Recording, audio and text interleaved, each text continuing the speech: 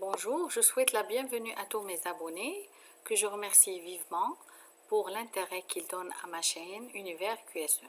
La présentation d'aujourd'hui sera dédiée au plan d'opération interne, POI. J'espère que les éléments que je vais partager avec vous aujourd'hui vous seront utiles. Restez concentrés durant toute la vidéo.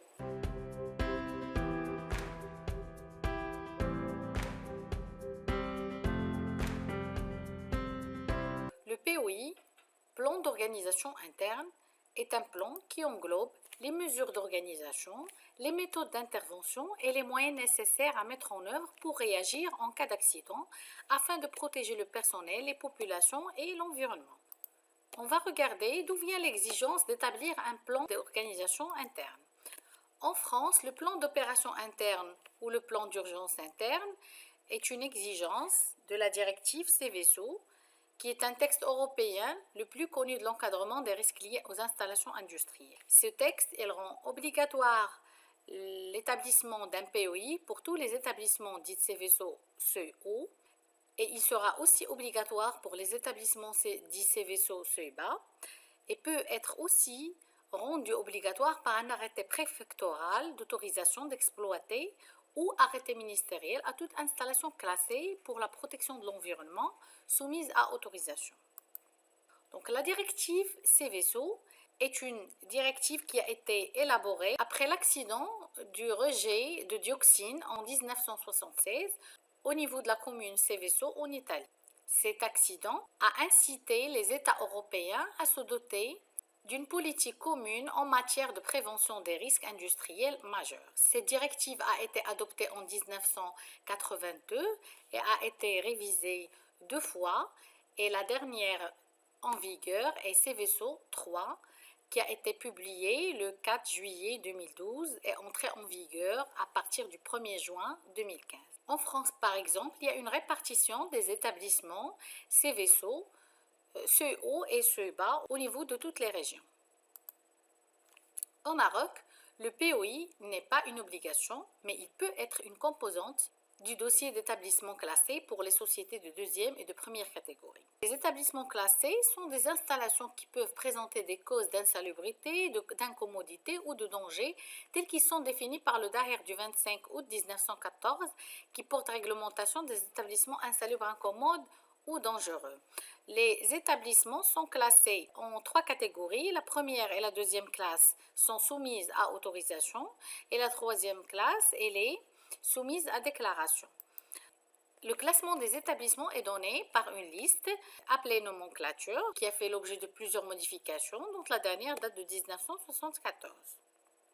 Au Maroc, les demandes d'autorisation d'exploitation des établissements doivent être accompagnées de plusieurs éléments, dont on cite un plan exact de la situation, un plan d'établissement et d'une notice précisant la disposition des locaux et leurs dimensions, la disposition et les dimensions des ouvertures prévues pour l'évacuation des locaux et leur aération, le nombre approximatif des employés, l'emplacement ainsi que le mode et les conditions d'évacuation, d'utilisation ou de traitement des eaux résiduaires, des déchets et des résidus de l'exploitation, les moyens de prévention prévus pour la lutte contre l'incendie et l'emplacement des postes de secours, le cas échéant, l'emplacement et la nature des moteurs, générateurs, organes de transmission, machines, outils, appareils, cuves, bassins, réservoirs et puits, ainsi que la force et le mode d'emploi des moteurs. Ces plans et ces informations peuvent être collectés dans un plan d'organisation interne. Après avoir connu l'origine de l'exigence du POI, donc on passe au vif du sujet. Qu'est-ce que le POI? Qu'est-ce qu'il comporte? Comment il doit être réalisé ou comment il doit être établi? Donc le POI finalement est un document opérationnel propre à l'établissement.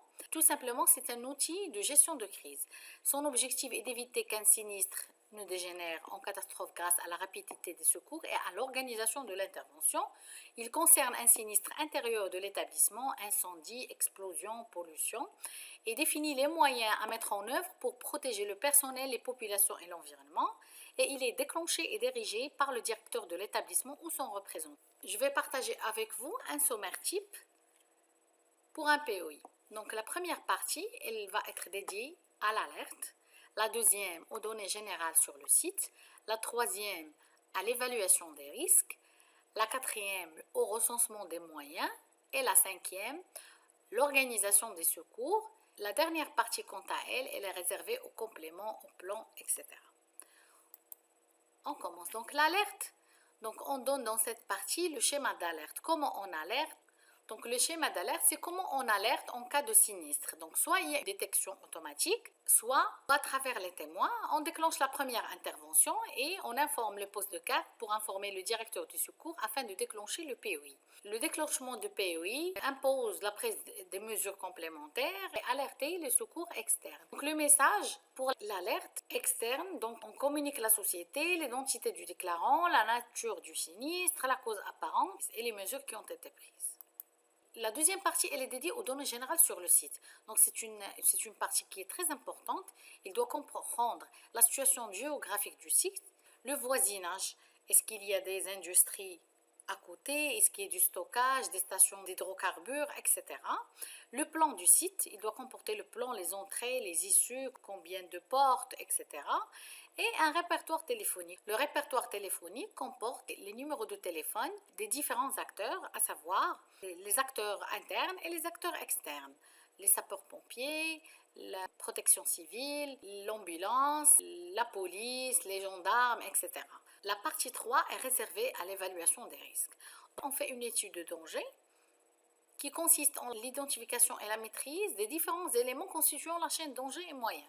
Donc on cite les installations qu'on a sur le site, les installations de combustion, les stockages des matières combustibles, les zones annexes, le local de charge, les transformateurs, toutes les informations. Donc après, il y a une évaluation des risques. À travers les dangers qu'on a identifiés, il y a des scénarios potentiels ou prévisibles d'accidents. Donc ces scénarios sont généralement soit naturels, dus à des phénomènes météorologiques violents comme des tempêtes, des verglas, des inondations, etc. Ou bien accidentels, liés à des coupures d'eau potable, accidents avec impact, blessures graves, empoisonnement, déversement de matières dangereuses, ou bien techniques, liés à l'incendie, explosion, l'effondrement, fuite de gaz, dégâts d'eau, des pannes électriques, ou d'origine humaine, délits, vols, cambriolage, vandalisme, contamination, alerte à la bombe, pandémie, terrorisme, etc. Il s'agit de répertorier l'ensemble des scénarios et de décrire chaque scénario.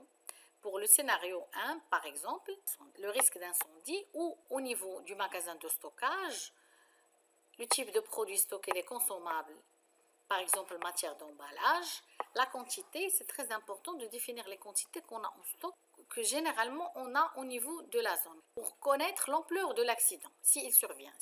Le scénario 2, déversement, le type de produit chimique HCl ou au niveau du local des produits chimiques, combien on a de quantité en stock, généralement 40 fûts de 25 litres, etc. On liste l'ensemble des scénarios pour établir une réponse opérationnelle adaptée à chaque scénario. Donc généralement, la réponse opérationnelle comporte une description de la situation d'urgence. Qu'est-ce que la situation d'urgence? La deuxième partie, c'est quelles sont les mesures qu'on va mettre en place pour la protection des personnes qui sont autour ou qui sont au niveau de la zone objet du sinistre ou de l'accident, ou bien les personnes qui sont avoisinantes.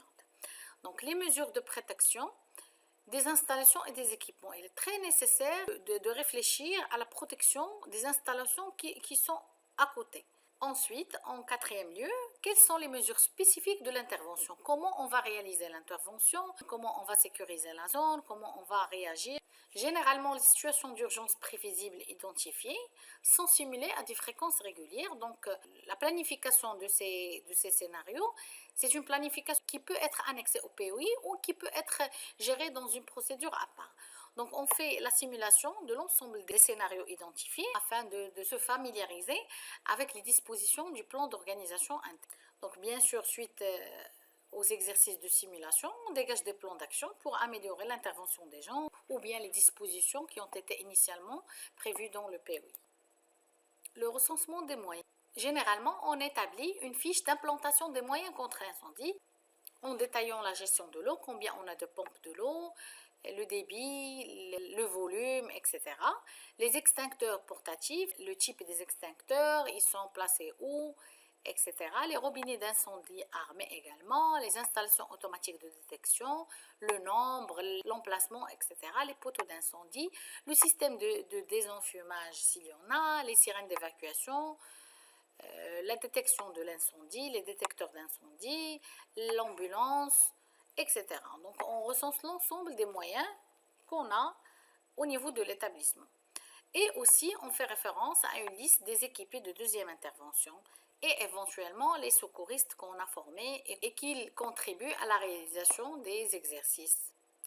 Donc la partie 5, c'est l'organisation de secours. Quelle est l'organisation qu'on va adopter lors du sinistre? Donc en cas d'évacuation simple, donc il y a le responsable sécurité, le responsable d'évacuation et les premiers. On définit des missions pour chaque responsable. Donc, par exemple, le responsable sécurité, il déclenche l'évacuation en accord avec le responsable du site, il accueille les secours et leur fait un compte rendu verbal de la situation. Les guides d'évacuation dirigent les personnes lors de l'évacuation, procèdent au recensement des personnes évacuées au point de rassemblement. Les serre-files vérifient que toutes les personnes ont évacué les locaux, ferment les fenêtres et portes restées ouvertes, vérifient que les machines sont en sécurité et l'ensemble du personnel doit suivre les consignes. En cas de mise en œuvre du POI, quelle est l'organisation qu'on a? Donc, on a le directeur des opérations, il dirige les opérations avec le responsable de l'équipe d'intervention, le responsable des affaires générales ou bien le responsable maintenant. Les responsables, ils sont définis au niveau interne selon la taille de l'entreprise, selon les personnes qui participent, selon le nombre de personnel qui est dans l'entreprise, selon l'étendue, est-ce qu'il y a des étages. Donc, c'est propre à chaque entité. On définit les missions, les responsabilités au niveau du POI et la fonction habituelle et les missions et les attributions. Donc, on prend l'exemple du directeur des opérations. Généralement, c'est le directeur du site ou le responsable de l'exploitation. Il décide de l'appel du renfort externe, se rend immédiatement sur le lieu du sinistre. Il décide de l'évacuation du personnel du secteur sinistré et éventuellement les secteurs avoisinants ou tout l'établissement, transmet les consignes d'action au chef de sécurité, gère l'ensemble des actions de communication. Pour le responsable de l'équipe d'intervention, c'est le responsable sécurité ou bien le responsable QSE ou bien le responsable HSE, ça dépend de l'organisation que vous avez dans vos établissements. Il dirige les opérations entreprises par les équipes de sécurité et les renforts pour neutraliser le sinistre et protéger les installations menacées, dirige les opérations, les secours et l'évacuation des victimes éventuelles, applique sans difficulté le plan d'attaque d'incendie précédemment établi et l'adapte à toute situation qui pourrait s'en écarter, informe constamment le directeur. Il y a aussi le responsable administration ou bien le responsable des affaires générales qui bloque toutes les entrées, facilite les sorties, dégage tous les stationnements gênant les accès, interdit l'accès à l'usine ou à l'entité de toute personne non autorisée, mettre en liaison les autorités se présentant au poste de garde avec le responsable d'administration, tenir à jour le nombre de personnes à l'intérieur de l'usine. Donc la dernière partie est réservée aux plans, les plans des étages, les plans d'évacuation, les plans de canalisation du service, par exemple les gaz, les plans de l'eau, etc. Normalement, le POI doit être partagé avec la protection civile pour réagir rapidement en cas de sinistre. Ma présentation touche sa fin. Si vous avez des questions, des compléments d'information, n'hésitez pas à me contacter. Merci et au revoir.